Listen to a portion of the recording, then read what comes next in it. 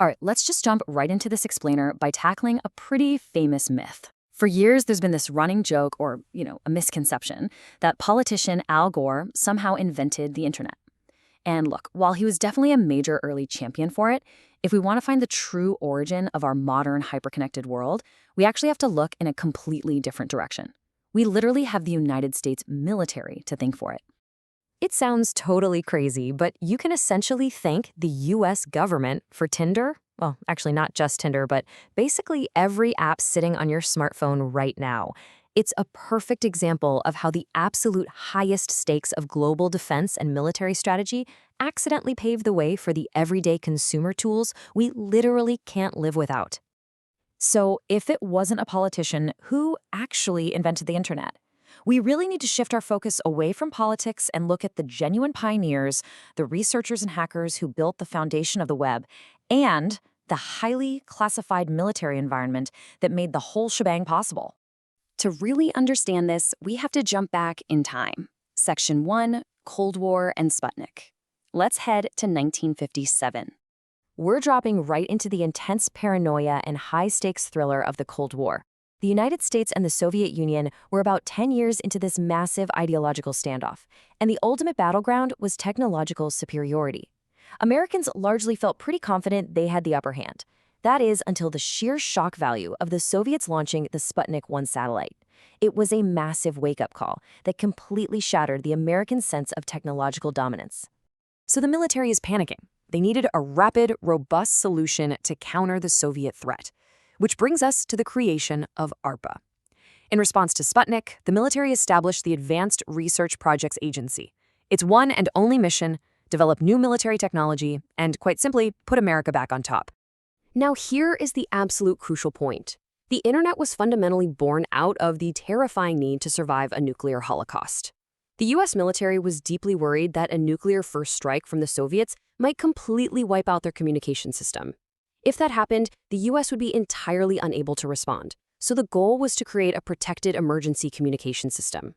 To pull this off, they set up computer research centers at leading scientific universities all across the country. Having established that massive problem, let's look at the solution. Section 2, designing the ARPANET. So the military had these geographically separate computer research centers, but the scientists working there desperately needed a way to connect these systems to share vital research. This kicked off a rapid chronological sprint, from that initial space race panic to the literal birth of network communication. In 1966, the ARPANET program officially boots up under Larry Roberts, and just 3 years later, in 1969, the very first message is successfully sent across this brand new network. But history rarely goes perfectly smoothly. Section 3, the first message crashes, October 1969. We're arriving at a huge historical milestone here. The attempt to connect a computer at UCLA to one at Stanford. I always find it hilarious, and honestly deeply humanizing, that the very first attempt to communicate across this revolutionary network ended in an immediate glitch. A UCLA student named Charlie Klein was tasked with sending the first message.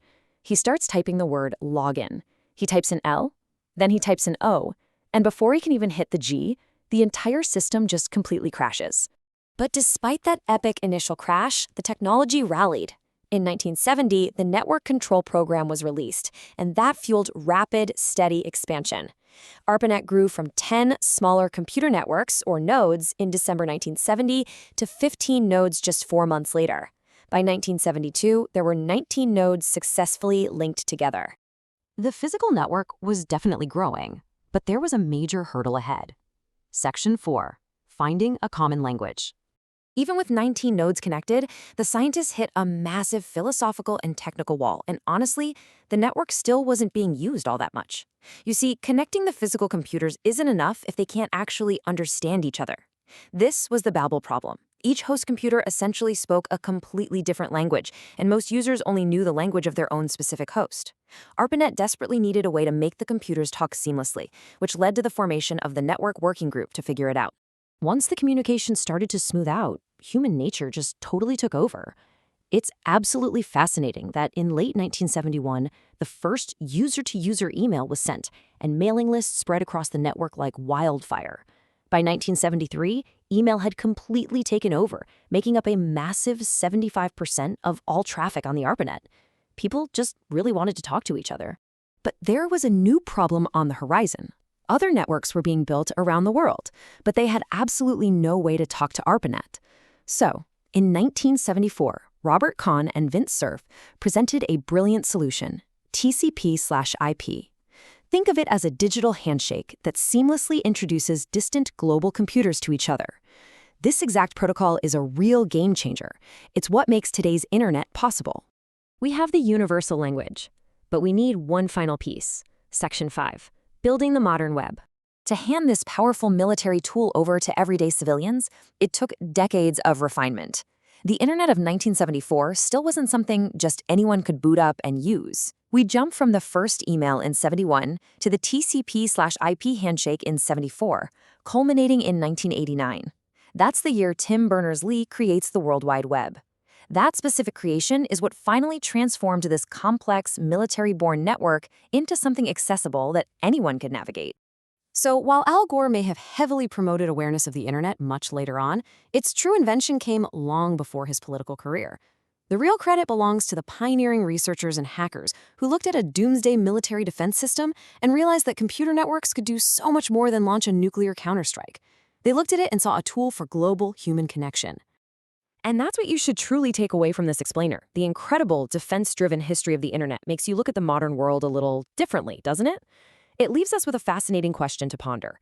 What top-secret, highly classified military projects happening right now are destined to be declassified, adapted, and eventually become the everyday tools that completely change our lives in the future? Definitely something to think about the next time you log on.